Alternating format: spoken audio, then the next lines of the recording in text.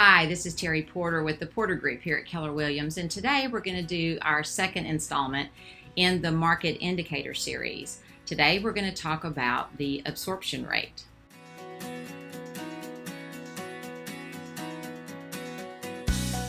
So talking about absorption rates, that generally is expressed in the number of months that it takes for the current inventory to sell. It's a pretty simple mathematic calculation. But that absorption rate is hugely important to buyers and to sellers. For a seller, when pricing their property, that's important because they can price it correctly knowing how long they're going to sit on the market if they price above or below the market. For a buyer, the absorption rate indicates how negotiable maybe a seller may be. We'll talk about that a little more in a minute. But the absorption rate calculation is a pretty simple one, and let's talk about that now. So the absorption rate calculation is really a pretty simple one. We just look at it generally in 6-month or 12-month increments. So let's talk about a 6-month increment of absorption rate. So we would take the total number of sold properties in a 6-month period. Now that can be in the entire area, it can be for a niche area, it could be for a certain price point in an area. But you just take the total number of solds for that 6-month period, and you divide it by 6. So that gives you the number of sales per month.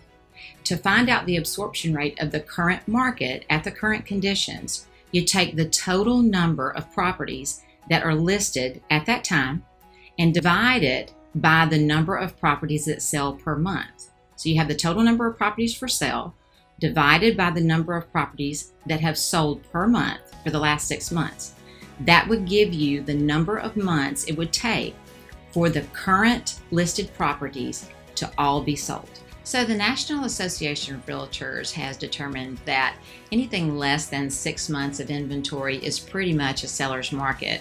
Or you can break that down a little bit finer with 1 to 4 months is pretty much a seller's market, 5 to 6 months more of a balanced market, and over 7 months would be considered a buyer's market.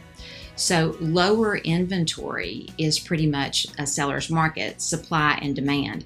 If there aren't as many listings and there are more buyers, then obviously it's to the seller's advantage.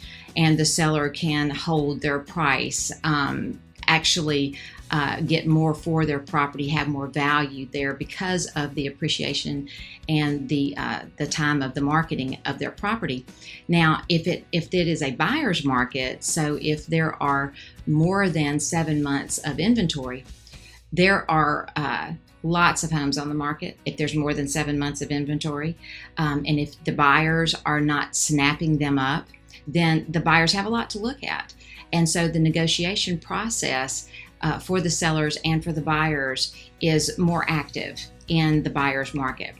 The buyer feels like they can, number one, negotiate more on price. The buyer feels like they can negotiate more on other concessions within a contract, maybe more on repairs and that sort of thing.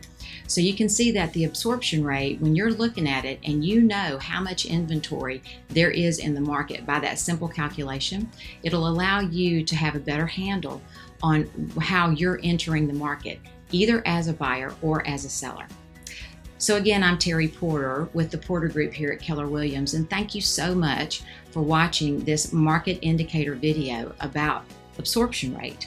If you have any real estate questions or things that you'd like to know about, please email me or shoot me a text message or call me.